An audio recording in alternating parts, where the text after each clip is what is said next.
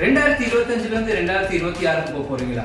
நிறைய தரிசனம், நிறைய எதிர்பார்ப்போட போக போறீங்கன்னா உங்களை பார்த்து ஒரு கேள்வின்னு கேட்டா 2025 இருந்து அதே வாழ்க்கை தான் 2026.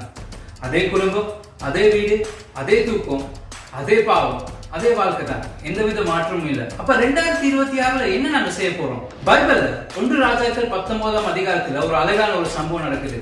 உலகத்தையே கலக்குன, வானத்துல இருந்து அக்னியெல்லாம் இருக்குன ஒரு தீர்க்கதரிசி, ஒரு சூரியக்காரி எசபேல் வந்து துரத்துறான்னு சொல்லி நிறைய மலைகள்ல போய் ஒளிகிறாரு.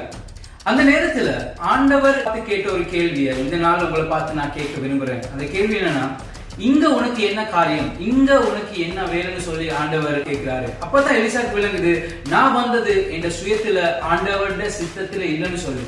இந்த 2026 நீங்க என்ன பிளான் பண்ணாலும், பெரிய பெரிய தரிசனங்களா இருக்கலாம், பெரிய விஷயமா இருக்கலாம், இந்த எல்லா விஷயமுமே உங்களோட சுய சித்தத்துல நீங்க செய்றீங்களா? அப்படி இல்லாட்டி ஆண்டவருடைய சித்தத்தோட சேர்ந்து நீங்க செய்றீங்கன்னு சொல்லி உங்ககிட்ட ஒரு கேள்வி ஒன்று கேட்க விருப்பம். 2026 நீங்க என்ன மெயின் கோலா போட்டாலும், அது உங்களோட படிப்பா இருக்கலாம், உங்களோட வேலையா இருக்கலாம், இல்லாட்டி உங்களோட பிசினஸா இருக்கலாம், எந்த காரியமா இருந்தாலும் உங்களோட மெயின் ப்ரையாரிட்டி ஆண்டவரா இருந்தா மட்டும்தான் நீங்க செய்ய போற எல்லா காரியமும் சக்சஸா இருக்க போகுது. அந்த உறவு சரியா இருந்தா உங்களோட வாழ்க்கையில ஒவ்வொரு நாளும், ஒவ்வொரு வருஷமும், தொடங்குற ஒவ்வொரு புதிய நாளுமே அது நல்லதாகவும் சந்தோஷமா இருக்கும். God bless you.